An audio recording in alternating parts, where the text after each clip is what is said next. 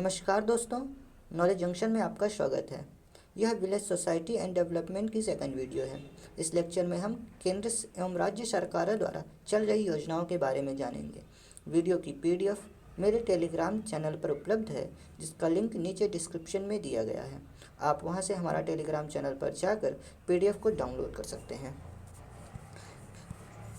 केंद्र द्वारा चल रही योजनाओं में यह पहली योजना है महात्मा गांधी राष्ट्रीय ग्रामीण योजना अधिनियम, जिसे मनरेगा कहते हैं। उत्तर प्रदेश में मनरेगा क्रियान्वयन कितने चरणों में संपन्न हुआ है? तो ये 3 चरणों में संपन्न हुआ है।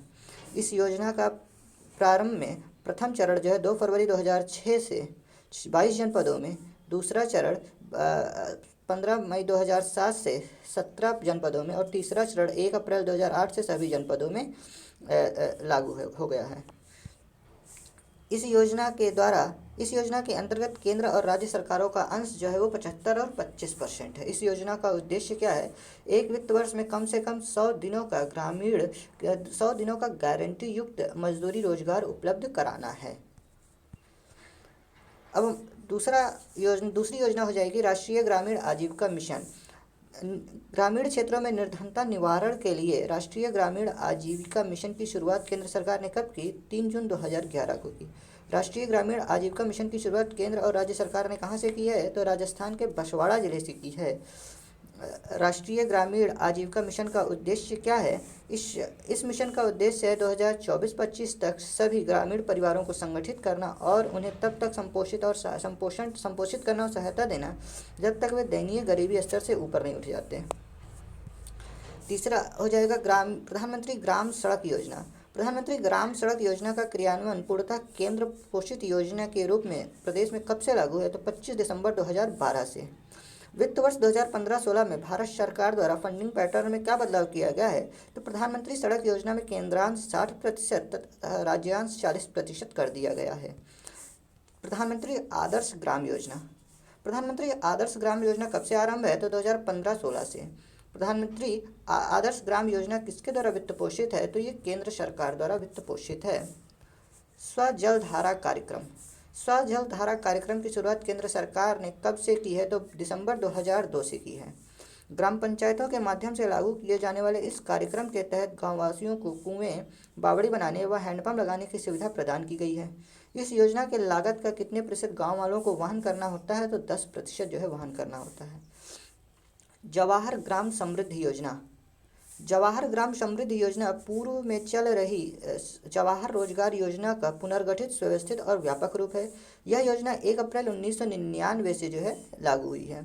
सितंबर 2001 से इसे संपूर्ण ग्रामीण रोजगार योजना में मिला दिया गया है।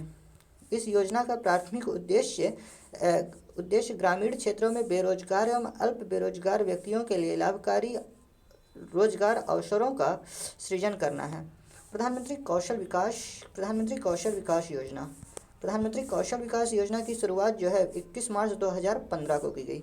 इस योजना के तहत कितने युवाओं को कौशल मिलियन हेतु प्रशिक्षण प्रदान कराना है? तो 1.4 मिलियन युवाओं को। प्रधानमंत्री कौशल विकास योजना पर कितने रुपए खर्च हुए हैं? तो 1120 करोड़ रुपए खर्च हुए हैं। प्रधानमंत्री जन धन योजना। प्रधानमंत्री जन धन योजना का शुभारंभ कब से हुआ है? तो 28 अगस्त 2014 को। प्रधानमंत्री जन धन योजना का उद्देश्य क्या है? तो बैंक सेवाओं की पहुंच से दूर 7.5 करोड़ परिवारों को बैंक खातों में सुविधा उपलब्ध कराना है। प्रधानमंत्री ज्योति बीमा योजना। प्रधानमंत्री ज्योति बीमा योजना के तहत कितनी उम्र के लोग अपना बीमा करा सकते हैं? तो 18 से 50 वर्ष की उम्र के लोग। प्रधानमंत्री ज्योति बीमा योजना के तहत कितने रुपए तक का बीमा किया जा सकता है? तो 2 लाख रुपए तक का बीमा किया जा सकता है। सन 2022 तक के लिए शहरी आवास योजना हेतु मिशन। तो संघीय मंत्रिमंडल द्वारा 2022 तक सबके लिए आवास मिशन कराने की अनुमति प्रदान की 17 जून 2015 को। साख संबद्ध सब्सिडी के माध्यम से कमजोर वर्ग के लिए मकान बनाने के लिए ऋण पर किस दर से सब्सिडी दर प्राप्त होगी? 6.5% पर। सूखा आशंकित क्षेत्र कार्यक्रम। सूखा आशंकित क्षेत्र कार्यक्रम का आरंभ कब किया गया? 1973 में। मरुभूमि विकास कार्यक्रम। मरुभूमि विकास कार्यक्रम कब से आरंभ किया गया था? 1977-78 से। यह कार्यक्रम 100% केंद्रीय सहायता के आधार पर क्रियान्वित किया जा रहा है और इस योजना का उद्देश्य है मरुभूमि को बढ़ने से रोकने, मरुभूमि में सूखे के प्रभावों को समाप्त करने, प्रभावित क्षेत्रों में पारिस्थितिकी संतुलन बहाल करने व इन क्षेत्रों में भूमि की उत्पादकता तथा जल संसाधनों को बढ़ाने के उद्देश्य से किया गया है। सांसद आदर्श ग्राम योजना। यह योजना जो है 11 अक्टूबर 2014 से शुरू की गई है। इस योजना के तहत गाँव के समग्र विकास की इस योजना के तहत प्रत्येक सांसद वर्ष 2016 में तक एक तथा 2019 तक तीन गाँव में बुनियादी एवं संस्थागत ढांचा विकसित करने का आग्रह किया गया है। सुकन्या समृद्धि योजना। सुकन्या समृद्धि योजना का शुभारंभ कब से किया गया? 22 जनवरी 2015 से। ये इंपॉर्टेंट है। प्रधानमंत्री नरेंद्र मोदी ने सुकन्या समृद्धि योजना का शुभारंभ किस शहर से किया है? पानीपत, हरियाणा से किया है। सुकन्या समृद्धि योजना किसी भी डाकघर तथा अधिकृत बैंक शाखा में कितनी आयु पर खुलवाया जा सकता है? तो जन्म के समय या 10 वर्ष की आयु तक। राष्ट्रीय पेयजल मिशन योजना। राष्ट्रीय पेयजल मिशन योजना की स्थापना कब की गई? 1986 में की गई थी। राष्ट्रीय पेयजल मिशन योजना का नाम बदलकर राजीव गांधी पेयजल मिशन किस वर्ष किया गया? तो 1991 में किया गया। राष्ट्रीय खाद्य सुरक्षा योजना की शुरुआत 2013 में की गई थी। राष्ट्रीय खाद्य सुरक्षा योजना के अंतर्गत निर्गम मूल्य क्या है? चावल 3 रुपये प्रति किलो, गेहूं 2 रुपये प्रति किलो और मोटा अनाज 1 रुपये प्रति किलो है। उसके बाद राष्ट्रीय खाद्य सुरक्षा योजना के तहत चिन्हित प्राथमिक परिवार वाले परिवार के प्रत्येक व्यक्ति को कितना अनाज मिलेगा? 5 किलो प्रति व्यक्ति मिलेगा। इस योजना के अंतर्गत खाद्यान्न कौन उपलब्ध कराता है? तो केंद्र सरकार उपलब्ध कराती है। ग्रामीण क्षेत्रों में आवास निर्माण हेतु ऋणों पर 3% बिंदु की सब्सिडी। तो ग्रामीण क्षेत्रों में नई आवास इकाइयों के निर्माण तथा पहले से मजबूत पक्की आवास इकाइयों में प्रोन्नत के लिए कितने रुपए तक के ऋण पर 3% बिंदु की रियायत प्रदान की जाती है? तो 2 लाख रुपए तक की रियायत प्रदान की जाती है। इस योजना का संचालन किसके माध्यम से किया जा रहा है? राष्ट्रीय आवास बैंक के माध्यम से किया जा रहा है। स्वच्छ भारत मिशन। स्वच्छ भारत मिशन की शुरुआत 2 अक्टूबर 2014 की गई थी। इस योजना का उद्देश्य था 2 अक्टूबर 2019 तक भारत को खुले में शौच से मुक्त कराना। इस योजना में पहले 10,000 रुपये राशि थी, अब उसे बढ़ाकर 12,000 रुपये कर दिया गया है। ये इसका जो है चिन्ह हो जाएगा स्वच्छ भारत मिशन का। उसके बाद नमामि गंगे। नमामि गंगे क्या है? यह गंगा की सफाई और संरक्षण से जुड़ा कार्यक्रम है। अटल पेंशन योजना। अटल पेंशन योजना किस क्षेत्र में काम करने वालों को फोकस में करता है? तो असंगठित क्षेत्र में। अटल पेंशन योजना के लिए कौन पात्र है? 18 से 40 वर्ष उम्र के ऐसे बैंक खाता धारक जिनकी आय कर योग्य नहीं है और जो किसी अन्य वैधानिक सामाजिक सुरक्षा योजना का लाभ नहीं उठा रहे हैं। 31 दिसंबर 2000 पहले से पहले योजना में शामिल होने वालों के लिए सरकार 5 वर्ष तक प्रति वर्ष अधिकतम कितने रुपए का योगदान देगी? तो 1,000 रुपये का। अटल पेंशन योजना के तहत कितनी उम्र से पेंशन मिलना शुरू होगा? तो 60 वर्ष की उम्र से पेंशन मिलना शुरू होगी। प्रधानमंत्री रोजगार सृजन कार्यक्रम। प्रधानमंत्री रोजगार सृजन कार्यक्रम की शुरुआत कब की गई? तो 15 अगस्त 2008 से। प्रधानमंत्री रोजगार मिशन कार्यक्रम में पूर्ववर्ती किन 2 योजनाओं का विलय किया गया है? प्रधानमंत्री की रोजगार योजना व ग्रामीण रोजगार सृजन कार्यक्रम का जो है विलय कर दिया गया है। इस योजना का कार्यान्वयन KVIC एक्ट के अनुसार ग्रामीण क्षेत्रों में किसके द्वारा किया जाता है? तो खाद्य एवं ग्रामोद्योग आयोग द्वारा। शहरी क्षेत्रों में इस योजना का क्रियान्वयन किसके द्वारा किया जा रहा है? इंडस्ट्रीज सेंटर द्वारा। राष्ट्रीय स्तर पर इस योजना का क्रियान्वयन हेतु सूक्ष्म लघु और मध्यम उद्यम मंत्रालय के अधीन वैधानिक निकाय खाद्य एवं ग्रामोद्योग आयोग एकमात्र नोडल एजेंसी निर्धारित की गई है। अगली योजना हो जाएगी प्रधानमंत्री सुरक्षा बीमा योजना। प्रधानमंत्री सुरक्षा बीमा योजना की कितनी आयु लोगों के लिए है? तो 18 से 70 वर्ष की आयु वर्ग के हर बैंक खाता धारक इसके लिए पात्र है। इस योजना में शामिल होने के इच्छुक लोगों को प्रतिवर्ष कितना प्रीमियम चुकाना होगा? तो 12 रुपये प्रति वर्ष। इस योजना के तहत दुर्घटना के कारण मृत्यु पर 2 लाख रुपए तक का तथा पूर्ण अपंगता की स्थिति में भी बीमा राशि 2 लाख रुपए मिलेगी। राष्ट्रीय पेयजल मिशन कार्यक्रम। राष्ट्रीय ग्रामीण पेयजल कार्यक्रम। राष्ट्रीय ग्रामीण पेयजल कार्यक्रम का उद्देश्य क्या है? तो राष्ट्रीय ग्रामीण पेयजल कार्यक्रम का उद्देश्य यह सुनिश्चित करना है कि 2022 तक देश में प्रत्येक ग्रामीण व्यक्ति को उसके घर के दायरे में या फिर अधिकतम 50 मीटर की दूरी में प्रति व्यक्ति प्रतिदिन 70 लीटर पानी उपलब्ध हो। एलपीजी सब्सिडी से सीधे ही उपभोक्ता के बैंक खाते में जमा करने की पहल योजना पूरे देश में लागू। एलपीजी पर दी जाने वाली सब्सिडी को 1 जनवरी 2015 से पूरे देश में किसके तहत लाया गया है? तो डायरेक्ट बेनिफिट ट्रांसफ़र डीबीटी के तहत। Direct benefit transfer for LPG DBTL की इस योजना को पहल नाम अब दिया गया है। डीबीटीएल की यह पहल योजना डायरेक्ट बेनिफिट ट्रांसफ़र के तहत विश्व की सबसे बड़ी योजना है। अब कुछ और योजनाएं हैं जो भारत सरकार द्वारा की गई हैं। हम यहाँ पर जो इम्पोर्टेंट है उसे देखेंगे, बाकी आपको जो पढ़ना होगा आप स्क्रीनशॉट लेके पढ़ लीजिएगा। तो ये हो जाएगा, प्रथम वित्त आयोग का गठन कब किया गया? 1951 में। संघ और राज्य सरकारों के बीच विभाजन योग्य करों के शुद्ध आगमों का वितरण। राष्ट्रीय सुरक्षा कोष एनडीएफ 1962 में आया। नकद, स्वर्ण आभूषण तथा चांदी एवं अन्य मूल्यवान वस्तुओं का योगदान प्रदान करना। हरित क्रांति ग्रीन रिवॉल्यूशन 1967 से कृषि उत्पादन में वृद्धि करना इसका उद्देश्य था। और बहुफसली कार्यक्रम एमसीपी 1966 से कृषि उत्पादन में वृद्धि करना इसका उद्देश्य था। 14 बैंकों का राष्ट्रीयकरण कब किया गया? 1969 में किया गया, कृषि एवं ग्रामीण विकास हेतु ऋण उपलब्ध कराने के लिए। ग्रामीण विद्युतीकरण निगम आरईसी 1969 में आया। ग्रामीण क्षेत्रों में प्रकाश एवं कृषि तथा उद्योग हेतु विद्युतीकरण। इसके बाद सूखा कार्यक्रम 1973 में सूखाग्रस्त क्षेत्रों में पर्यावरण संतुलन, भूमि, जल और अन्य प्राकृतिक संसाधनों को विकसित करके सूखे से बचाव के उपाय एवं जीवन बीमा की सुविधा उपलब्ध कराना इसका उद्देश्य था। स्टील अथॉरिटी ऑफ इंडिया एसएफडीए 1974 में इस्पात उद्योग का विकास करना इसका उद्देश्य था। 20 सूत्री कार्यक्रम जो है 1975 में आया। गरीबी निवारण एवं रहन सहन के स्तर को ऊंचा बनाना इसका उद्देश्य था। काम के बदले अनाज कार्यक्रम 1977-78 में विकास प्रक्रियाओं के काम हेतु खाद्यान्न देना। अंत्योदय योजना 1977-78 में गांव के सबसे गरीब परिवारों को आर्थिक दृष्टि से स्वावलंबी बनाना।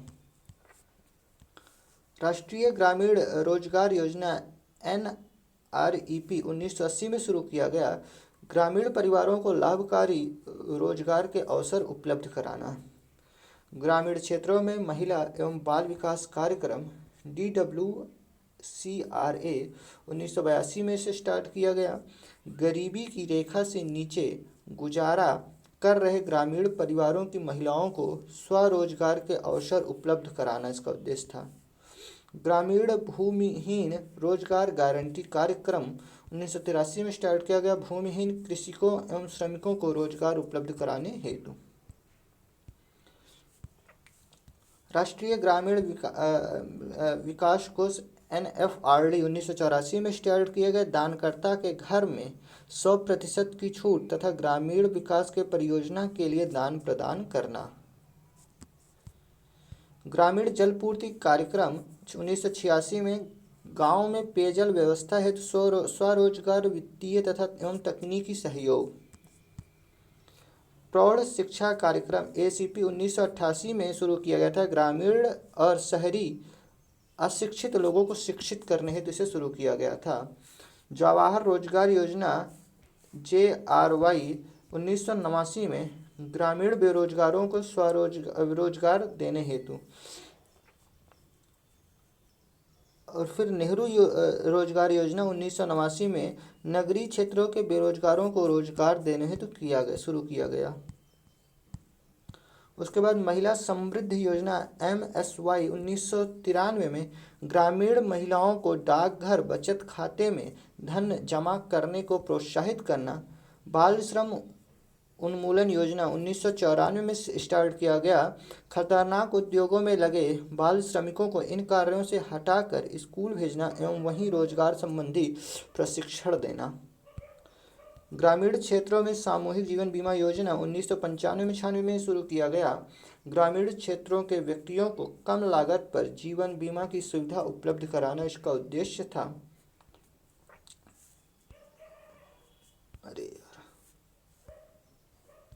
कस्तूरबा गांधी शिक्षा योजना 1997 में निम्न महिला साक्षरता दर वाले जिलों में बालिका विद्यालयों की स्थापना करना। गंगा कल्याण योजना 1997 से 97-98 में भूमिगत तथा भूतल जल की निकासी एवं रख रखाव हेतु कृषकों को वित्तीय सहायता प्रदान करना।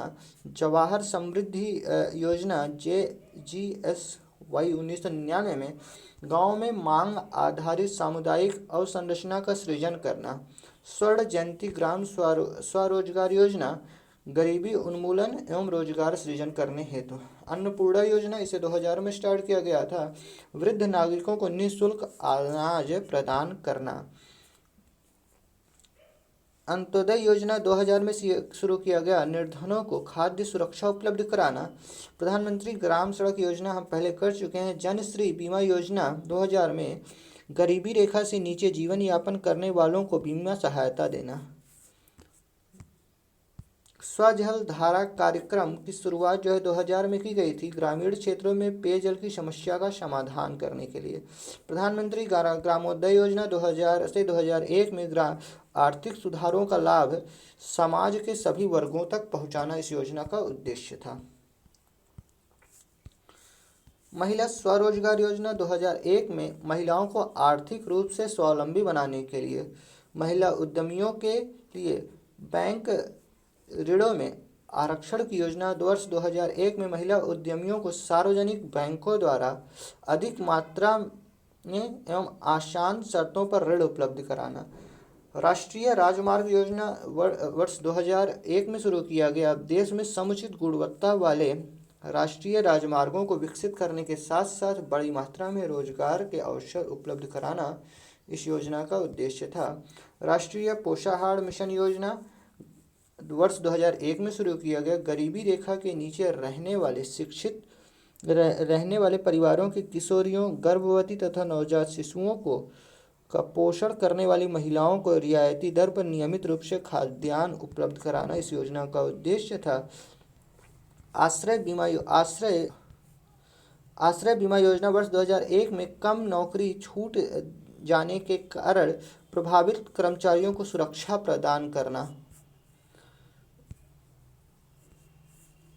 ग्रामीण अन्न भंडार वर्ष 2002 में गांव में उत्पादित अनाजों को सुरक्षित रखने व हेतु गोदामों का निर्माण एवं पुराने गोदामों का जीर्णोद्धार करना। और